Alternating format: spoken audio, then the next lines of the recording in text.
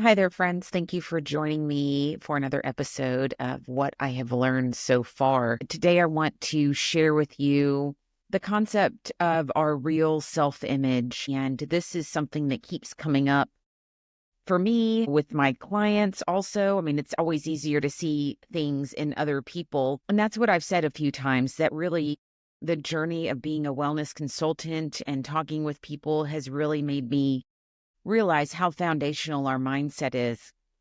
And that kind of put me on a mindset journey, started reading a lot of books. I've always been a pretty big reader, or at least I've always liked to read. I don't know if I've always done such a great job, but I'm back on the reading horse. And one of the books that I'm reading right now is this one, Pscho Cybernetics. And it's funny because this is a newer version. I even have, for those of you that can see the video, I'm showing like an old ratted book that I'm really pretty proud of. I read numerous times many years ago, and actually some pretty cool things happened at that time in my life. So who knows? So a lot of the same concepts keep coming up, and I thought, you know what? I'm just going to walk you guys probably through this book, do, a chapter an episode, and then we can just talk about it, because I think that this book is an amazing example of the kind of books that I'm reading that, whether it's health or wellness or fitness or relational, like there's always some foundational things. And I think we can all agree on that. So I thought that it was actually perfect to talk about the self-image. So let me read you a couple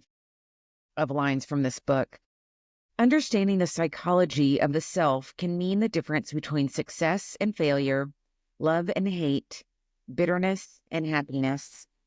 On another plane, discovering your real self means the difference between freedom and the compulsions of conformity. I don't know about you, but conformity, I have not liked it ever my entire life. I was on dance team as a kid. I got demerits all the time, and not for for like really random things. Like just, I think I got demerits one time for wearing a baseball cap somewhere, but I was like, the rules didn't say.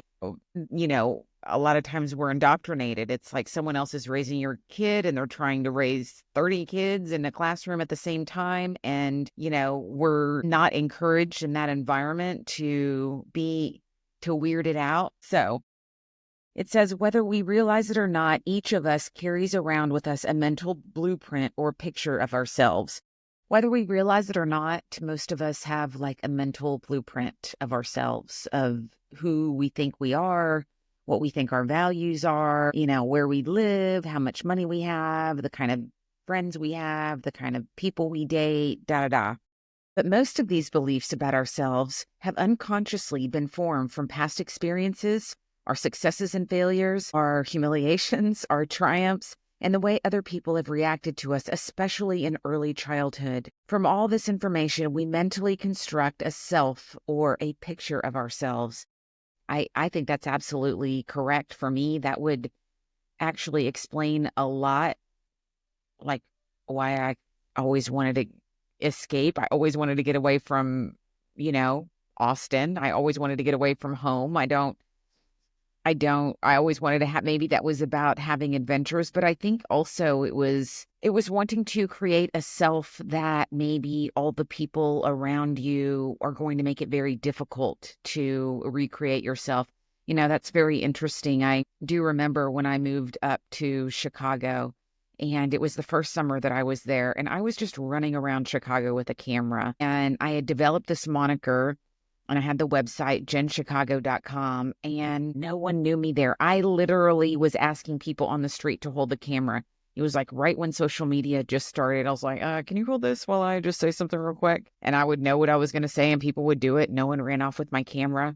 But time in particular at the Apple store was like, I don't know, launching a new iPhone or something. And I just wanted to see. I just wanted to get video. I just wanted to go inside. I wasn't going to get a new phone. And people have been camping out. Remember, it was crazy when people were doing that. And I just remember I went to a security guard and just tried to walk in. She was like, hey, whoa, who are you? I left out that I had made myself a little press badge. It turns out you can just be ingenious in that way. So I made myself a little press badge. And yeah, I told her, oh, I'm Jen Chicago. And she was like, oh, yeah, yeah, I've heard of you. Go ahead. So, I mean, that was just one of the first times. That's very interesting. That actually just popped up in my head. But, I had this image of the person that I wanted to be, and I really didn't feel like I could be that person here. I felt like I needed to move myself to go somewhere else. All of your actions, feelings, behaviors, even your abilities are always consistent with your self-image. In short, you will act like the sort of person you conceive yourself to be. So that's why it's so critical, right? Because really, since I've been more aware lately of my thoughts, I mean, we're having so many thoughts, if you're anything like me, that you don't even know about, right? You just like find yourself looking in the refrigerator in a certain position. And it's just like, okay, what's going on right now? Like, what am I thinking right now? It's a trip. I'm enjoying it. And that's why it doesn't work to just try, to try to change yourself, to white knuckle it. Because, I mean, Lord knows, literally the Lord knows how hard I have tried to change some things and just not easy. I think that, I can summon up some willpower when necessary. I like to fancy that I have a little willpower, but there are numerous, aspects of my life that I would like to be different. And I really feel like I've gotten to a place that it's like, okay, what I've been doing has not worked, right? Waiting to be the person, waiting for someday, waiting for traveling didn't do it. Getting married didn't do it. Getting divorced didn't do it. It's like, okay, so thinking that your happiness is just right around the corner doesn't work because I think sometimes it never comes because it can't come to us if we don't think that we deserve it. And that is something that I feel like I am currently struggling with. I can just see that a lot of the ideas that I have about money, a lot of money is not necessarily good. So that's interesting, right? I mean, for one, a lot of celebrities are lacking in character, but a lot of celebrities probably aren't. Just the point is, I think that I've focused on some negative aspects of money, right? It's just really the love of money, but I can just see that I have a lot of fear-based ideas, things that weren't even really my idea, but whether they were, parents, pastors, teachers, just adults. I mean, how many of us were like, wow, you adults really did not know what you were talking about. I mean, I thought you knew what you were talking about. You're just making it up all this time.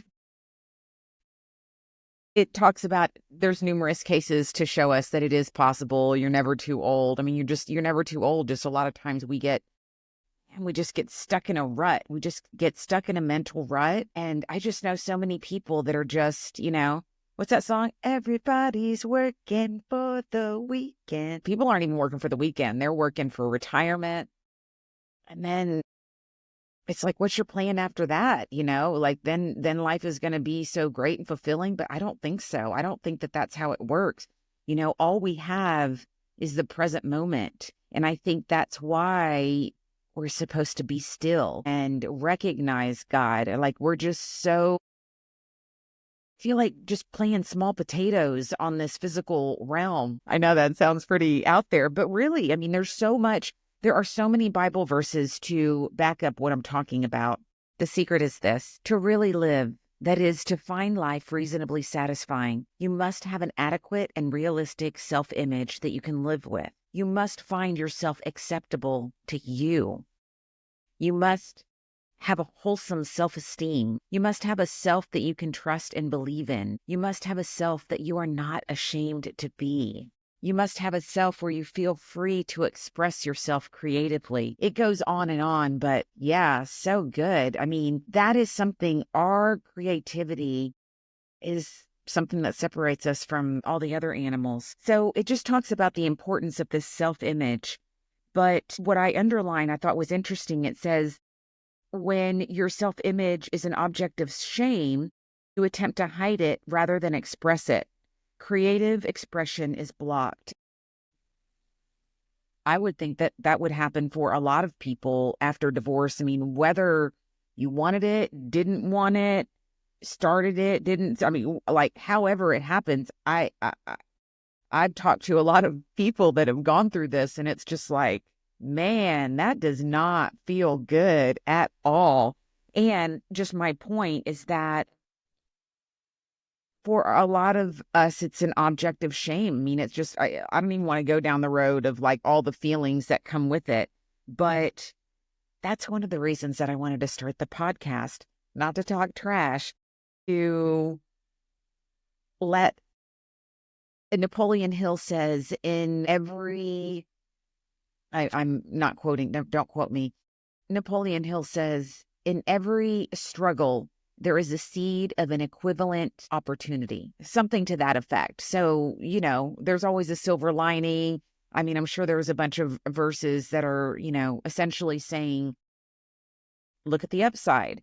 And so that's what I think that we have to do, is just a lot of times when we are ashamed of who we are, man, that shame is so powerful, and it's not from God. So we need to kick that to the curb. But once again, we can't really will it. I don't think we can will it. We have years and years and years, if you're Generation X like me, of programming, of believing certain things. And we have to actively be disciplined to be the masters of our minds, be the masters of our emotions. When we experience expansive emotions of happiness, self-confidence, and success, we enjoy life.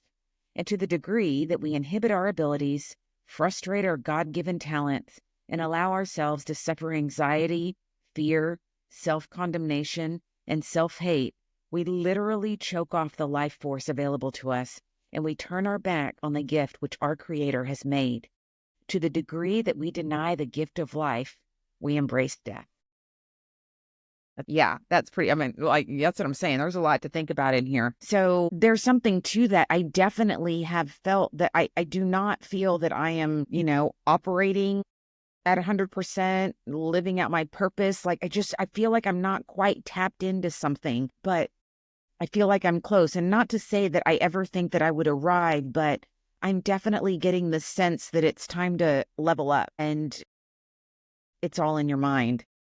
The so-called subconscious mind is not a mind at all, but a mechanism, a goal-striving servo mechanism consisting of the brain and nervous system, which is used by and directed by the mind. So that is to say that we can actually control our minds. And whether we know it or not, we have a lot of goals that our mind thinks that we are working towards. And even if we wouldn't call them goals, that's how our mind sees them. So just consider, for instance, an addict, a drug addict. It's like they have goals too, right? Their mind is working towards